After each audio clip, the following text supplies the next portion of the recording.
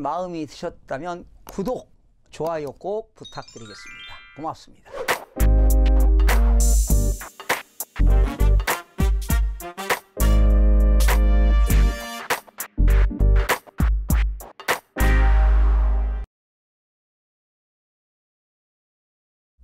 시청자 여러분 안녕하십니까? 반갑습니다. 김동수입니다. 이 시간에는 베네수엘라 경제 위기에서 배우는 4가지 교훈에 대해서 여러분과 함께 알아보는 시간을 갖도록 하겠습니다.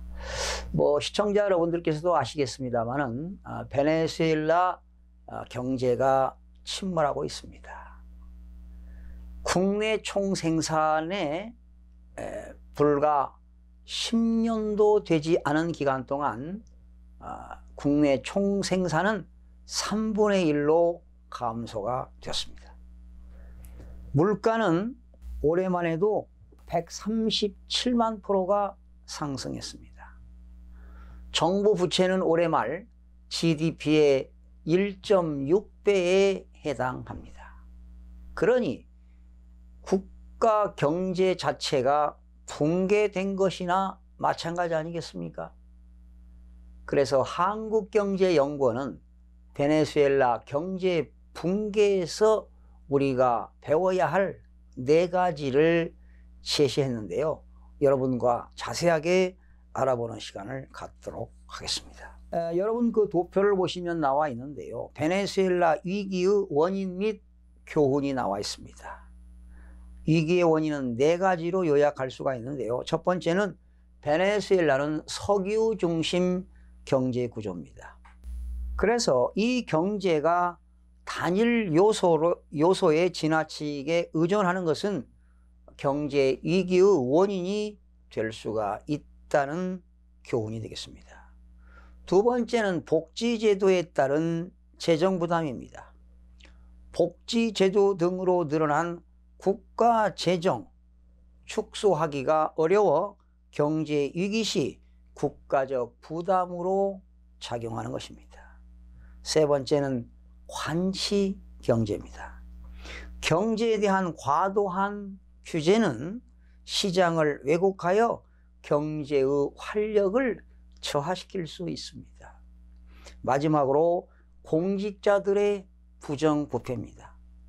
부패한 공권력은 경제적 약자의 부담으로 가중된다는 교훈을 주고 있습니다. 그러면 자세하게 교훈 첫 번째부터 살펴보겠습니다. 첫 번째는 단일 요소의 지나친 의존은 경제 위기의 단초가 될 수 있다는 이야기입니다. 바로 이 이야기는 베네수엘라는 석유 중심으로 경제 구조에 너무 의존했다는 사실입니다. 베네수엘라는 석유 매장량이 사우디아라비아보다 많은 것으로 알려진 자원부국입니다. 그러나 석유 자원에 대한 지나친 의존이 위기를 불러오는 것이 초래시킨 것입니다.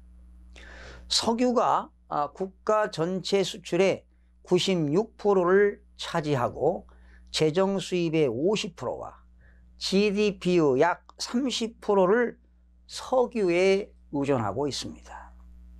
그러니 이렇게 석유 유가가 하락하게 되면 경제 전체가 악화될 우려가 있는 것입니다. 실제로 2010년도 이후 국제 유가가 하락함에 따라 베네수엘라 경제는 급격히 악화가 되었습니다.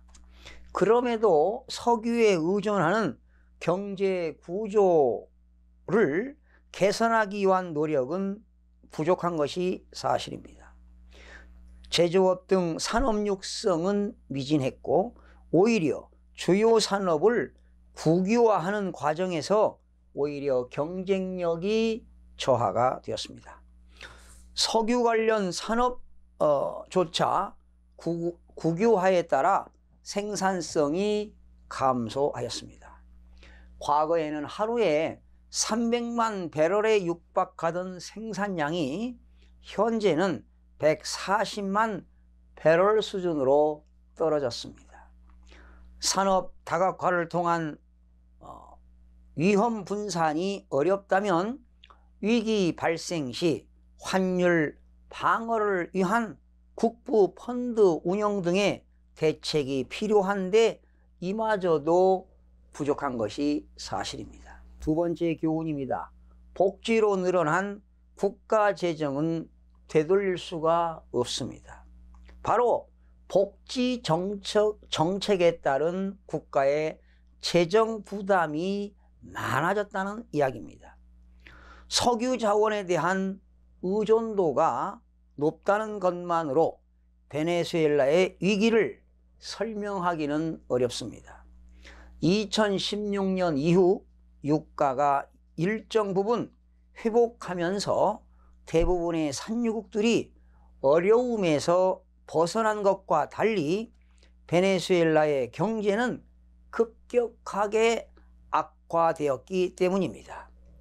특히 베네수엘라는 복지 정책에 따라 확대된 국가 재정이 경제 회복의 발목을 잡은 것입니다. 차베스 집권 후 국가가 무상교육, 그리고 의료 지원, 저소득층 보조금 지급 등 복지 확대로 인해 실업률과 빈곤율이 감소하고 문맹률이 떨어지는 등 일정한 효과가 있었던 것은 사실입니다.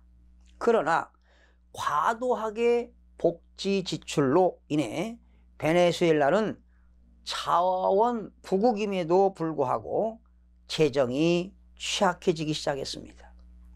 베네수엘라 GDP 대비 정부 지출은 2000년 28% 수준에서 2018년에는 무려 41%까지 증가했고, 재정 수지는 2007년도 마이너스를 기록한 후 적자 폭이 확대가 되고 있습니다. 베네수엘라 정부는 늘어난 재정 부담을 메우기 위해 미래의 석유 수익금을 담보로 정부가 차입을 확대시키지 않았습니까? 그래서 유가가 상승세에 있는 동안은 크게 문제가 되지 않았지만 유가 상승세가 꺾이자 재정 부담이 급격하게 가중된 것입니다. 이를 메우기 위해 화폐를 기록적인 수준으로 증발하게 된 것이 오늘날 인플레이션의 직접적인 원인이 된 것입니다. 국제통화기금은 금년 말까지 베네수엘라의 물가 상승률이 137만 %에 상승할 거라고 예측을 하기도 했습니다. 교훈 세 번째입니다.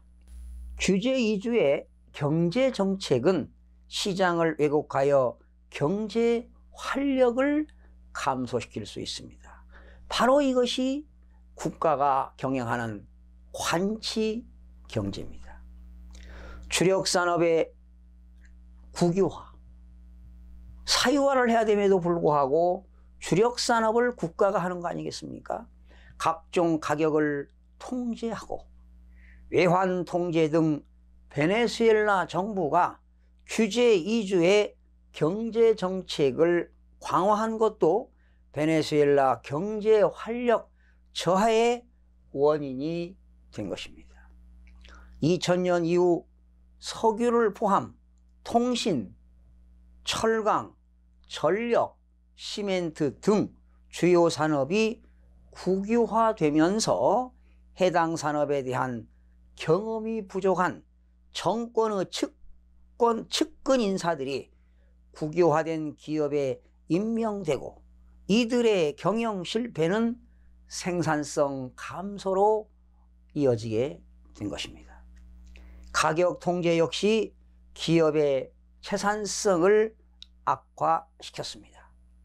국영화된 전력 기업의 경우 2005년 이후 전기료가 동결되면서 12년에 들어서는 총 수익이 인건비의 70% 수준까지 떨어지게 되었습니다. 그 결과 베네수엘라의 산업이 약해지기 시작했습니다. 특히 2006년에 15만 대에 달하던 자동차 조립 생산 대수는 2016년도에는 3,000대 수준으로 하락했고 2017년도 조강 생산량도 2008년 대비 10% 수준으로 급감을 했습니다. 수출도 2015년 이후로 급감하여 2008년도 대비 3분의 1 수준이 되었습니다. 베네수엘라 헌법은 사회 공공의 이익을 위해 국가의 재산 수용을 허용하고 국가에 대한 범죄, 부패, 마약 거래 등에 대한 연루된 재산을 몰수를 규정하고 있습니다. 심지어 가격 인상을 근거로 기업의 자산을 몰수할 수 있는 법률까지 시행 중입니다. 이를 근거로 광범위한 수용 및 몰수가 시행이 된 것입니다. 국제재산권 연대에 따르면 베네수엘라 재산권 보호 순위는 2017년도에 127개국 중 126위였습니다. 마지막으로 교훈 네 번째입니다. 공직자의 부정부패는 경제적 약자의 부담을 가중시키고 있습니다. 공직자들의 부정부패가 베네수엘라의 경제가 침몰된 마지막 원인이 되기도 합니다. 기존 정치권 부정부패를 비판하면서 정권을 잡았던 차베스 정부였음에도 부정부패는 고쳐지지 않았습니다. 국제투명성 기구가 발표하는 부패 인식지수에서 베네수엘라는 98년 당시 조사 대상 85개국 중 77위를 기록했지만 차베스가 사망하던 2013년에는 175개 국가 중 160위를 차지했습니다. 지난해 2017년도에는 180개국 중 169위에서 별반 나아지지 않았습니다. 차베스 집권 이후 지금까지 그의 고향인 바리나스주 주지사 자리는 차베스의 아버지 98년부터 2008년까지, 차베스의 형 2008년부터 2017년도까지, 동생은 2017년부터 현재까지 이어서 자리를 차지하고 있습니다. 동생인 아르헤나스 차베스는 직무 중 3번이나 부정부패 혐의로 고발되었으나 차베스 주의자가 장악한 법원은 이를 모두 기각을 시켰습니다. 부정부패는 결국 경제적 약자들의 부담을 가중시켰습니다. 2015년 총선에서 패배한 마두로 대통령은 볼리비안 혁명의 부흥을 목적으로 2016년 5월 비상사태를 선포하면서 군이 공공질서 유지와 식량 분배 및 판매 권한을 가지도록 하였습니다. 그 결과 군부가 식량을 암시장을 통해 유통시켜 부정축제를 하는 등 부작용을 가져왔습니다. 외환을 통제하는 외환통제위원회도 원유 수입 대금을 공식 환율로 계산하고 암시장의 달러를 유통하는 등 부패를 저질렀습니다. 이러한 불법 외환거래에 들어간 총액은 2012년에만 590억 불에 이르러 당시 국내 총생산 약 330억 불보다 많은 금액입니다. 복지 확대, 규제 이주 정책의 극단적인 사례로서 우리는 참고할 필요가 있습니다. 한국경제연구원 추강호 일자리 전략실장은 자원부국인 베네수엘라도 복지제도 확대에 따른 재정 부담은 감당하기가 어려웠습니다. 미래 세대에 부담이 될 재정 확대는 신중해야 한다고 언급하기도 했습니다. 아울러 베네수엘라는 정부의 규제 위주의 경제 정책이 초래할 시장 왜곡의 결과를 극적으로 보여주는 사례로서 규제보다는 기업의 활력을 가지고 투자와 일자리를 창출할 수 있는 여건을 만드는 정책이 필요하다고 강조를 했습니다. 오늘 이 베네수엘라의 경제가 침몰되면서 베네수엘라 국가가 우리에게 주는 경제 위기에서 배우는 4가지 우리는 교훈을 얻었습니다. 이러한 교훈을 벗삼아 대한민국도 발전할 수 있는 계기를 마련해 봅니다. 현재 대한민국 경제, 정치, 모든 사회 문화, 위험과 기회가 공존하는 시대에 살고 있습니다. 이럴 때일수록 정책의 입안자들은 지식행정과 융합행정을 통해서 정책 입안이 원만하게 이루어져야만이 국민들이 편안하지 않을까 생각하면서 오늘은 베네수엘라 국가가 주는 경제 위기에 대한 교훈을 살펴봤습니다. 시청해 주신 여러분 대단히 고맙습니다. 다음 시간에 찾아뵙겠습니다.